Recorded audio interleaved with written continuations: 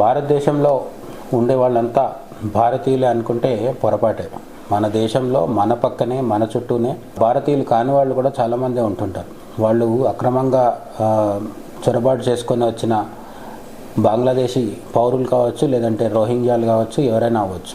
అయితే చాలా వరకు ఇదంతా బీజేపీ సపోర్టర్లు, మోడీ భక్తులు, లేదంటే రైట్ వింగ్ వాళ్ళు చేసే హడావుడి. నిజంగా అంత పెద్ద ఎత్తున బంగ్లాదేశీలు, రోహింగ్యాలు ఏం లేరు అని చెప్పుకొచ్చే ప్రయత్నం కూడా కొంతమంది చేస్తుంటారు, లిబరల్స్. కానీ తాజాగా ఉత్తరప్రదేశ్లో జరిగిన ఒక అరెస్ట్ చూస్తే పరిస్థితి ఎలా ఉందో అర్థమవుతుంది.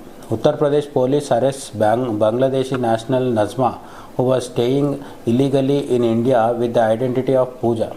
ఉత్తరప్రదేశ్లో పూజ అనే పేరుతో ఉన్న ఆమెని ఒక ఆమెని అరెస్ట్ చేశారు. నిజానికి ఆమె ఎవరు అంటే నజ్మా ఆమె పేరు. బంగ్లాదేశ్ నుంచి వచ్చి ఉత్తరప్రదేశ్లో స్థిరపడిపోయింది అక్రమంగా. సరైన డాక్యుమెంట్స్ ఏం లేకుండా, పర్మిషన్ లేకుండా అక్రమంగా వచ్చి స్థిరపడింది. అంతేకాకుండా police also arrest her roommates Reena and Jyothi in connection to the case. ఇంకో ఇద్దరిని కూడా, రీనా అండ్ జ్యోతిని కూడా అరెస్ట్ చేయడం జరిగింది. అయితే వీళ్ళ దగ్గర దొరికినవి ఏంటి అంటే the police recovered A pan card, ATM card, dependent ID card, 2 white metal rings, 3 visiting cards, 5 mobile phones and a sum of 849 from her.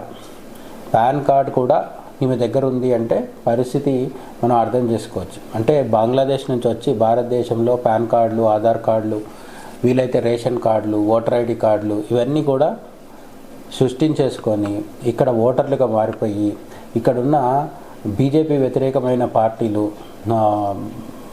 Minority సంతుష్టీకరణ చేసే పార్టీలు, సోకాల్డ్ సెక్యులర్ పార్టీలు ఏవైతే ఉంటాయో వాళ్ళకి ఓట్లు వేస్తూ, వాళ్ళకి అండగా నిలబడుతూ వీళ్ళు ఈ దేశంలో స్థిరపడిపోయి భారతదేశంలో ఉన్న నిజమైన మైనారిటీలు కావచ్చు, ఇటువంటి వాళ్ళకి కూడా చాలా పెద్ద ఎత్తున నష్టం చేస్తున్నారు.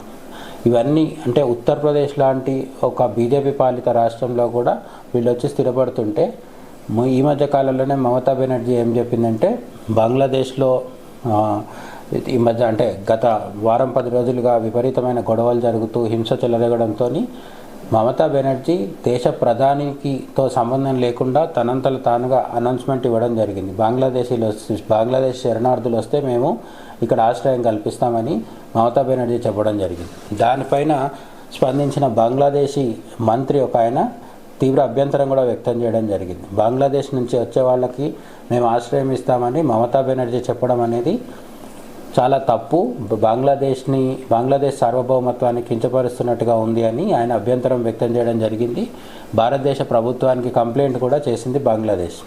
ఒక రాష్ట్రానికి ముఖ్యమంత్రి అయ్యుండి దేశ ప్రధానితో సంబంధం లేకుండా, కేంద్రంలో ఉన్న మోడీ సర్కారుతో కానీ కేంద్ర ప్రభుత్వంతో సంబంధం లేకుండా తన ఇష్టానుసారం హామీలు ఇస్తూ బంగ్లాదేశీలని రారమ్మని చెప్పి మమతా బెనర్జీ పిలుస్తుంటే, ఉత్తరప్రదేశ్ లాంటి ఇతర రాష్ట్రాల్లో కూడా దొంగ బంగ్లాదేశీలు కావచ్చు, రోహింగ్యాలు కావచ్చు రోజుకొకరు దొరుకుతూ ఉన్నారు. కాబట్టి ఈ సమస్యకి గట్టి పరిష్కారం అయితే కనుక్కోవాలి. లేదంటే కొన్ని సంవత్సరాల తర్వాత చాలా ఆందోళనకరమైన పరిస్థితులు, దారుణమైన పరిస్థితులు కూడా తలెత్తే అవకాశం ఉంది. రిఫ్లెక్షన్ ఛానల్ మానిటైజేషన్ తీసివేయడం జరిగింది, అది మీ అందరికీ తెలుసు.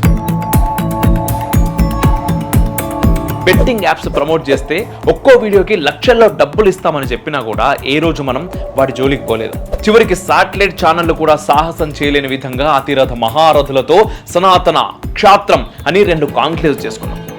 పాత బస్తీలోని దేవాలయాల్లో యజ్ఞాలు నిర్వహించినాం. ఫోన్లు చేసి చంపుతాము అని బెదిరించిన వాళ్ళు ఉన్నారు. ఇప్పుడు మీ అవసరం మాకు ఎంతో ఉంది.